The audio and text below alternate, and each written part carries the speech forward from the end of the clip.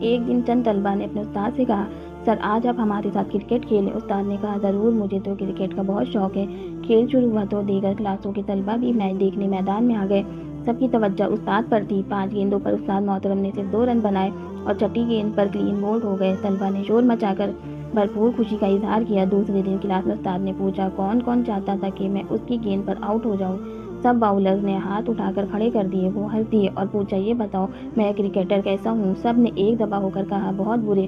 پوچھا، اچھا میں استاد کیسا ہوں؟ جواب ملا، بہت اچھا۔ استاد نے ہنستے ہوئے کہا، صرف آپ نہیں، دنیا بھر میں پھیلے ہوئے میرے ہزارہ طلبہ، جن میں کئی میرے نظریاتی مخالف ہیں، سب کہتے ہیں کہ میں اچھا استاد ہوں۔ راز کی بات بتاؤں، میں جتنا اچھا استاد ہوں اتنا اچھا طالب علم نہیں تھا۔ مجھے ہمیشہ سبق یاد کرنے میں دشواری کا سامنا کرنا پڑتا تھا اور بات سمجھنے میں وقت لگتا تھا، لیکن کیا آپ بتا سکتے ہیں اس کے باوجود مجھے اچھا استاد کیوں مانا جاتا ہے؟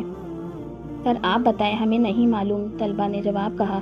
استاد نے کہا، اپنا ایک واقعہ سناتا ہوں، مجھے اچھی طرح یاد ہے۔ ایک دن میں اپنے ٹیچر کے گھر دعوت کی تیاری میں ان کی مدد کر رہا تھا۔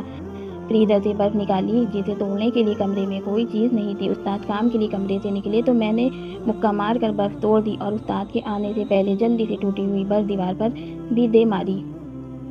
استاد کمرے میں آئے تو دیکھا کہ میں نے برف دیوار پر مار کر توڑی ہے۔ انہوں نے مجھے ڈانٹا اور کہا کہ تمہیں عقل کب آئے گی، یوں برف توڑی جاتی ہے؟ میں نے ان کی ڈانٹ خاموشی سے سنی۔ بعد میں انہوں نے میری اس بے وقوفی کا ذکر کئی جگہ کیا، لیکن انہیں آج تک نہیں معلوم کہ برف میں نے مکہ مار کر توڑی تھی۔ یہ بات میں نے انہیں اس لیے نہیں بتائی کہ وہ ایک ہاتھ سے معذور تھے۔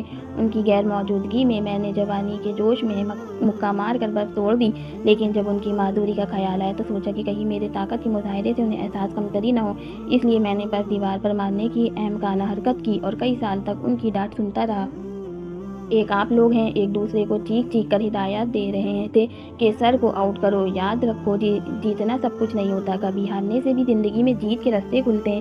آپ طاقت میں اپنے اساتذہ اور والدین سے بے شک آگے بڑھ جاتے ہیں، لیکن زندگی میں کبھی اپنے اساتذہ اور والدین سے جیتنے کی کوشش نہ کرنا، ایسا کر کے آپ کبھی نہیں ہاریں گے۔ اللہ پاک آپ کو ہر میدان میں سرخرو کرے گا۔